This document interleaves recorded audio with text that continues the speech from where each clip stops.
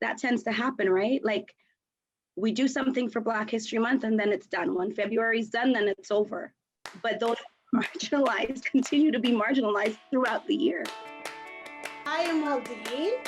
I'm here today with Johanna, who's from Centennial College. I understand you're a caregiver. I am as well. I have a sister with a developmental disability. How do you talk to your sister about race and racism? So race and racism is hard enough to explain to someone who would consider it a typically developing individual. It's hard enough to explain to understand for ourselves sometimes.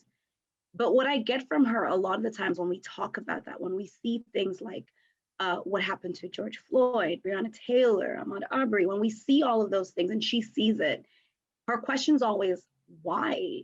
Like, why? And one of the most difficult things is to try to answer that. Because even when you say, you know, there are people out there who do not like people simply because of the color of their skin, and the question is why? I know. What do you say to that? Have you have any concern for your sister as a Black woman with a disability? When she's out there, the first thing people see is they don't see her disability, right? They don't see that, but the first thing they see is a Black woman. And there are things that affect her out there. There are things that give her anxiety and stuff like that. And so people won't take the time, you know, I worry that they won't take the time to understand that there's another layer there, because the first thing they see is a Black woman. And so I remember one day she took the bus to her program and it was packed, and she gets on, and if it's packed, she just stays still because she's nervous about moving on the bus.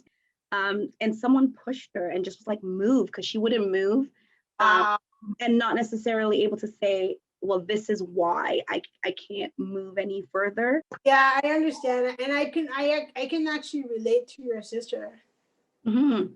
And I actually related. Like, I understand what she goes through. I kind of like, even though I don't know her, but Yeah, I go through it too. Like, right.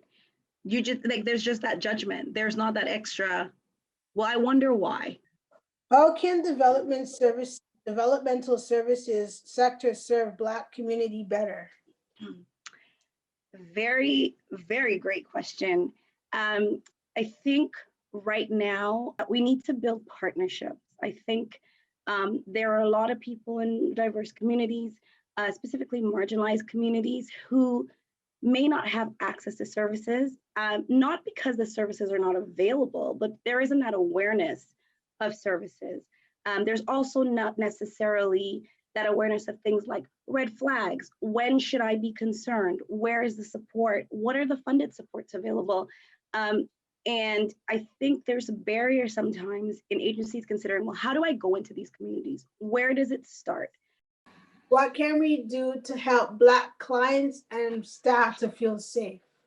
That education piece is so huge, I find, for the Black community, because there are many individuals within the Black community where disability is very stigmatized. So for example, if you're a clinician and you're working with a family, let's say from a Caribbean island, and you're wondering, well, they're not seeming to understand what I'm trying to input, or that there seems to be a pushback on that. Well, why is that? Let's have those conversations. Maybe there is a cultural piece that just kind of clashes. Well, how can we work around that? How can we work with them? And how can we build with them? What I say to my students is what I've said here, is that it's not about you, right?